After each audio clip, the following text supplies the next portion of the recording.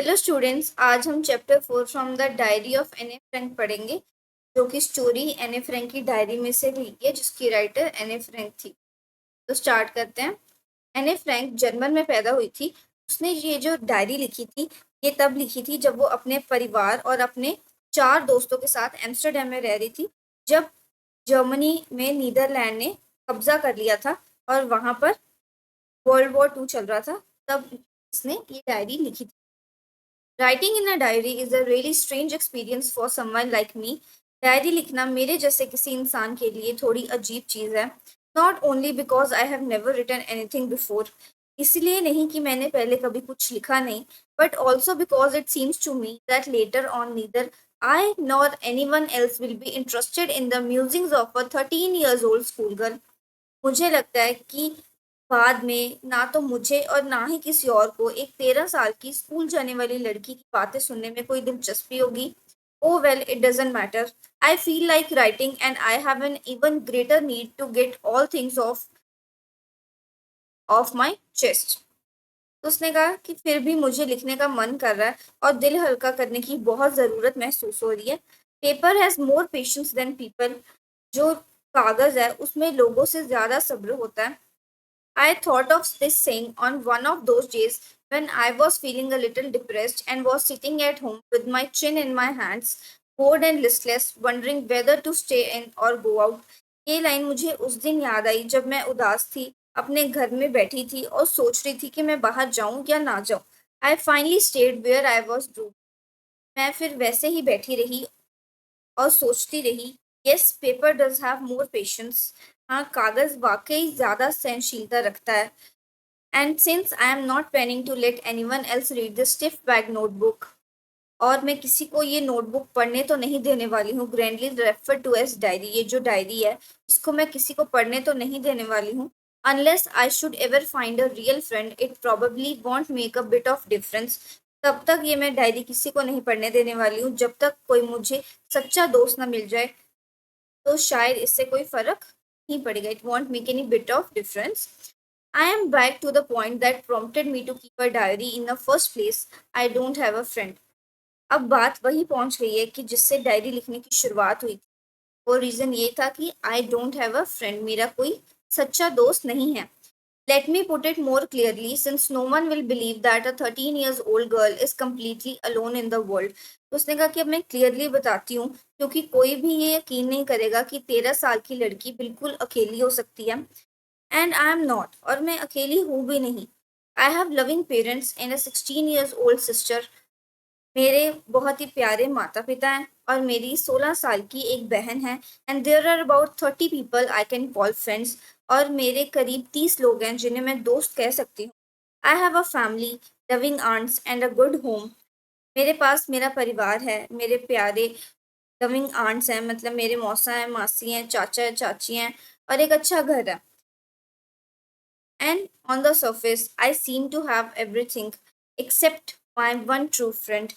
और मेरे पास देखने में सब कुछ ठीक दिखता है, लेकिन मेरी जिंदगी में सिर्फ एक ही चीज की कमी है, वो है एक सच्चे दोस्त की। All I think about when I am with my friends is having a good time. ये सब चीजें मैं तब सोचती हूँ जब मैं दोस्तों के साथ होती हूँ, तब सिर्फ मस्ती की बातें होती हैं। I can't bring myself to talk about anything but ordinary everyday things. कभी भी जो दिल की गहरी बातें होती हैं वो करने का मन नहीं करता। We don't seem to be able to get any closer and that's the problem. हम कभी भी एक दूसरे से ज़्यादा करीब नहीं आ पाते और शायद यही एक प्रॉब्लम है। Maybe it's my fault that we don't confide in each other. उसने कहा कि शायद ये मेरी ही गलती हो सकती है कि हम एक दूसरे से अपने मन की बातें शेयर नहीं कर पा रहे हैं। In any case, that's just how things are and unfortunately they are not liable to change. अब उसने कहा कि जो भी हो, हालात ऐसे ही हैं और शायद इन्हें बदला नहीं जा सकता। This is why I have started the diary. इसीलिए मैंने डायरी लिखना शुरू कर दिया। To enhance the image of this long awaited friend in my imagination. अब जब मैं इसे अपनी सबसे खास दोस्त मान रही हूँ, I don't want to jot down the facts in this diary the way most people would do. अब मैं इसमें बस सीधे सीधे बातें तो नहीं लिखने वाली हूँ, जैसे कि बाकी लोग डायरी में करते हैं, but I want the diary to be my friend. मैं चाहती हूँ कि जो डायरी है मेरी दोस्त बने। And I am going to call this my friend Kitty. और मैं इसको क्या बोलूंगी, इसका क्या नाम रखूंगी, Kitty. Since no one would understand a word of the stories to Kitty if I were to plunge right in. अब जब मैं सीधे सीधे अपनी कहानी शुरू कर दूं तो किसी को भी ये समझ नहीं आएगा कि मैं क्या कह रही हूँ।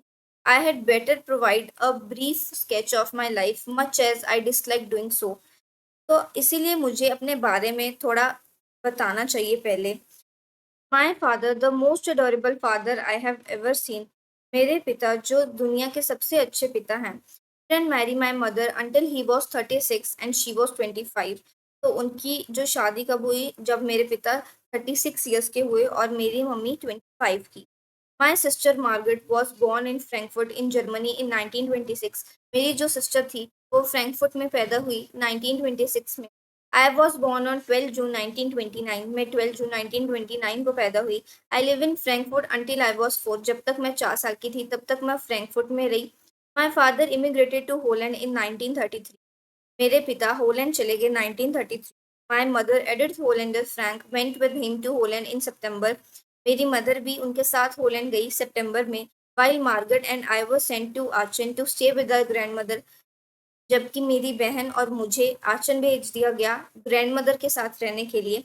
Margaret went to Holland in December. Margaret जो थी वो दिसंबर में होलैंड गई। And I followed in February. और फरवरी में मैं होलैंड गई। When I was plunked down on the table as a birthday present for Margaret। जब मुझे एज अ बर्थडे गिफ्ट की तरह टेबल पर बिठा दिया गया। I started right away at a Montessori nursery school. मैंने मोंटेस्ट्री प्ले स्कूल में पढ़ाई शुरू की। I stayed there until I was 6। मैं वहाँ तब तक रही जब तक मैं 6 साल की थी। At which time I started in the first form. फिर मैं पहली क्लास में चली गई। In the six form my teacher was Mrs Kuperus the head mistress. 6 class में मेरी जो टीचर थी मिसेस क्यूप्यूरस, वो हेड मिस्ट्रेस भी थी। At the end of the year we were both in tears as we said a heart breaking farewell. और at the end of year जब farewell थी तब हम दोनों रोने लगे थे। In the summer of 1941, Grandma fell ill and had to have an operation, so my birthday passed with a little celebration. 1941 की गर्मियों में जब मेरी ग्रैंडमा बीमार पड़ी तो उनकी सर्जरी हुई, इसलिए मेरा बर्थडे ज़्यादा खास नहीं मनाया गया। Grandma died in January 1942। Grandma की जो डेथ थी वो जनवरी 1942 में हुई। No one knows how often I think of her and still love her. किसी को नहीं पता कि मुझे उनकी कितनी याद आती है, मैं उन्हें कितना याद करती हूँ। This birthday celebration in 1942 was intended to make up for other, and Grandma's candle was lit along with the rest. 1942 का जो बर्थडे था उसमें ग्रैंडमा के लिए भी एक मोमबत्ती जलाई गई थी। The four of us are still doing well, and that brings me to the present day of 20 June 1942 and the solemn dedication of my diary. हम चारों अभी तक ठीक हैं और इसी के साथ आज की तारीख 20 जून 1942 और मैं डायरी की शुरुआत कर रही हूँ इस दिन से 1942 से। डियरेस्ट किटी, तो ये जो उसने लिखी थी लेटर वो 20 जून 1942 को लिखी थी जिस दिन सैटरडे था, तो आपको ये याद रखना है। तो our entire class is quaking in its boots. हमारी पूरी क्लास डर के मारे कांप रही है। The reason, of course, is the forthcoming meeting in which the teachers decide who will move up to the next form and who will be kept back. जिसका reason ये था कि टीचर्स की मीटिंग होने वाली है जिसमें ये तय होगा कि कौन पास होकर अगली क्लास में जाएगा और कौन फेल हो जाएगा। Half the class is making bets. आधी से ज़्यादा क्लास जो थी वो इस पर दांव लगा रही थी। G N and I laugh ourselves silly at the two boys behind us। G N और मैं जो हमारे पीछे दो लड़के बैठे हैं उन्हें देखकर बहुत हंस रहे हैं। सीएन एंड जैक्यूस, ये दोनों लड़कों का नाम है। Who have stake their entire holiday savings on their bet. जिन्होंने अपनी सारी की सारी छुट्टियों की सेविंग्स दाव पर लगा दी थी। From morning to night it's you are going to pass, no I am not, yes you are, no I am not. उसने कहा कि सुबह से लेकर रात तक सिर्फ यही सुनने को मिल रहा था। तो पास हो जाएगा, नहीं मैं फेल हो जाऊंगा, अरे नहीं तुम तो पक्का पास हो जाओगे, नहीं मैं नहीं होऊंगा। Even G's pleading glances and my angry outbursts can't calm them down. जो जीएन की मिन्नतें थी और मेरे जो उन पर चिल्ला रही थी, उससे भी वो लोग शांत नहीं हो रहे थे। If you ask me there are so many dummies that about a quarter of class should be kept back. उसने कहा कि अगर आप मेरे से पूछो तो 1/4 ऑफ द क्लास को तो फेल कर देना चाहिए, क्योंकि वो लोग सीरियस नहीं है, पढ़ते नहीं है। But teachers are the most unpredictable creatures on the earth. But teachers तो बहुत ज्यादा अनप्रिडिक्टेबल हैं। I am not so worried about my girlfriends and myself. मैं अपने लिए और अपनी फ्रेंड्स के लिए चिंतित नहीं हूँ। विल मेक इट, हम तो पास हो जाएंगे। The only subject I am not sure about is maths. अगर मुझे किसी सब्जेक्ट में डर लग रहा है तो वो सिर्फ मैथ्स है। Anyway all we can do is wait. अगर हम कुछ कर सकते हैं तो सिर्फ इंतजार कर सकते हैं। Until then we keep telling each other not to lose heart. तब तक हम सबको यही हिम्मत दे रहे हैं कि सब कुछ अच्छा होगा। I get along pretty well with all my teachers. There are 9 of them, 7 men and 2 women. उसने कहा कि मेरे सभी टीचर्स के साथ रिश्ता ठीक ठाक है। टोटल 9 टीचर्स हैं, जिसमें से 7 मेल हैं और 2 फीमेल हैं। Mr Keesing, the old fogey who teaches maths, was annoyed with me for ages because I talked so much. उसने कहा कि जो मैथ्स पढ़ाने वाले सर हैं, वो मुझसे थोड़े ज़्यादा चिढ़े रहते हैं क्योंकि मैं बहुत ज़्यादा बात करती हूँ। आफ्टर सेवरल वार्निंग्स ही असाइन मी एक्स्ट्रा होमवर्क। बहुत सारी उन्होंने मुझे वार्निंग्स दी थी पहले, और फिर वो मुझे एक्स्ट्रा होमवर्क भी दे देते थे। An essay on the subject a chatterbox. उन्होंने मेरे को एक्स्ट्रा होमवर्क दिया कि एक ऐसे लिख कर लाना है अ चैटर बॉक्स पे। चैटर बॉक्स मतलब कि जो बहुत ज़्यादा बात करता है, उसके ऊपर एक ऐसे लिख कर लाना। A chatterbox, what can you write about that? I had worry about that later, I decided. तो फिर एने फ्रैंक ने सोचा कि मैं क्या लिख सकती हूँ इसके बारे में। तो उसने सोचा कि चलो मैं इस चीज़ को बाद में देखूंगी। I jotted down the title in my notebook, tucked it in my bag and tried to keep quiet. तो उसने जो नोटबुक में अपना टाइटल लिख कर डाल दिया और बैग में डाला और चुपचाप बैठ गई। That evening, after I had finished the rest of my homework, the note about the essay caught my eye. उस शाम को जब मैंने सारा होमवर्क खत्म किया, तब वो जो टाइटल था वो मेरे सामने आया। I began thinking about the subject while chewing the tip of my fountain pen. तो मैं पेन की निब को चबाते चबाते उस टाइटल के बारे में सोचने लगी। Anyone could ramble on and leave big spaces between the words, but the trick was to come up with convincing arguments to prove the necessity of talking. उसने कहा कि हर कोई लंबी-लंबी लाइनें लिख सकता है, लेकिन असली बात थी कि एक ऐसी स्टोरी लिखना जिससे ये साबित हो सके बात करना क्यों ज़रूरी है। I thought and suddenly I had an idea. तो मैंने बहुत सोचा और फिर मेरे को बाद में एक आइडिया मिला। I wrote the 3 pages Mr Keesing had assigned me and was satisfied. तो मैंने 3 पेज लिख डाले, और जो सर थे वो खुद बहुत ज़्यादा खुश हुए जब उन्होंने वो देखा। I argued that talking is a student's trait and that I would do my best to keep it under control. तो उसने उसमें लिखा कि जो बोलना है वो बहुत ज़रूरी है और बात करना एक स्टूडेंट की खासियत होती है, पर मैं पूरी कोशिश करूँगी कि मैं इसको कंट्रोल में रखूँ। But that I would never be able to cure myself of the habit since my mother talked as much as I did. तो उसने लिखा कि मैं कोशिश करूंगी कि मैं कम से कम बोलूं, बट मैं पूरी तरह से इसको नहीं ठीक कर सकती, क्योंकि मेरी जो मम्मी है वो भी मेरी तरह ही बहुत बोलती हैं। As if I not more, and that's there not much you can do about inherited traits. तो मैं ये मेरे खून में है, तो मैं इसका कुछ कर नहीं सकती, बट मैं कोशिश करूंगी कि मैं अब कम बोलूं। Mr Keesing had a good laugh at my arguments, but I proceeded to talk my way through the next lesson.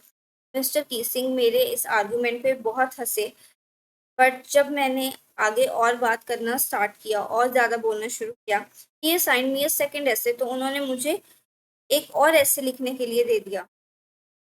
This time it was suppose to be an incorrigible chatter box. Incorrigible chatter box होता है कि जो कभी भी, जिसका कोई इलाज नहीं होता, जो मतलब कभी सुधर नहीं सकता, जो बोलता ही रहेगा। Something that cannot be corrected, जो कभी सुधर नहीं सकता, जो ठीक नहीं हो सकता कभी। I handed it in and mister Keesing had nothing to complain about for 2 whole lessons. तो उसने ये भी जो था ये भी लिख कर दे दिया, और वो इस पर भी उसे कोई कंप्लेन नहीं कर पाए। However, during the third lesson, he had finally had enough and a frank as punishment for talking in class. तो थर्ड में जब मेरे को फिर से उन्होंने पनिशमेंट दी ऐसे लिखने की, तो उन्होंने फिर से टॉपिक दिया, quack quack quack said mistress chatter box, कि अब इस टॉपिक पे आपने ऐसे लिख के लाना। द क्लास रोड, पूरी क्लास हंस रही थी। I had to laugh too, मुझे भी हंसना पड़ा। तो I had nearly exhausted my ingenuity on the topic of chatter boxes, जबकि मैं थक चुकी थी, मेरे आइडिया खत्म हो चुके थे इस टॉपिक के ऊपर। It was time to come up with something else, something original. तो अब कुछ नया आइडिया मेरे पास आना बहुत मुश्किल था, अब कुछ और नई चीज़ें उन्हें देनी चाहिए थी, बट उसके पास और आइडिया उस चीज़ के लिए नहीं आ रहे थे। My friend Saini, who was good at poetry, offered to help me write the essay from the beginning to end in verse, and I jumped for joy. तभी उसने कहा कि मेरी जो दोस्त थी सैने, उसने मेरी हेल्प करने के लिए मुझे ऑफर किया और वो बहुत अच्छी कविता लिखती है, तो मैं बहुत खुश हुई। Mr. Keesing was trying to play a joke on me with this ridiculous subject, but I had made sure the joke was on him. उसने कहा कि मैं चाहती थी कि मैं बहुत अच्छी कविता लिखूं, क्योंकि जो मिस्टर कीसिंग है वो मेरा मजाक बनाना चाहते थे, but I want to make sure कि जोक उन पे बने। I finish my poem and it was beautiful. It was about a mother duck and a father swan with three baby ducklings who were bitten to death by father because they quacked too much. तो उन्होंने मिलकर एक कविता लिखी दोनों ने, जिसमें एक mother duck होती है और एक फादर स्वैन होता है, जिनके 3 बच्चे होते हैं और जिनको उसका जो पिता है वो मार देता है क्योंकि वो बहुत ज़्यादा बक-बक करते थे। Luckily mister Keesing took the joke right way, और जो मिस्टर कीसिंग थे जब उन्हें वो सुनाई कविता, तो उन्होंने जो जोक है उसको मज़ाक में लिया, उसको जो मज़ाक था वो अच्छा लगा। He read the poem to the class, उन्होंने जो पोएम थी वो क्लास को भी सुनाई, adding his own comments and to several other classes as well. उन्होंने हमारी क्लास को भी ये पोएम सुनाई और बाकी क्लासेस को भी ये पोएम सुनाई। Since then, I have been allowed to talk and haven't been assigned any extra homework. तब से मुझे बात करने की इजाज़त मिल गई थी और मुझे कोई एक्स्ट्रा होमवर्क भी नहीं मिलता था। On the contrary, mister Keesing always making jokes these days, बल्कि अब मिस्टर कीसिंग खुद मजाक करते रहते थे। योर्स एनी, तो ये जो था उसने अपनी डायरी में लिखा था। तो अगर आपको स्टोरी पसंद आई हो तो मेरे को कमेंट में बताइएगा कि आपको नेक्स्ट कौन से चैप्टर की स्टोरी चाहिए। वीडियो को लाइक कीजिएगा, चैनल को सब्सक्राइब कीजिएगा। Thanks for watching.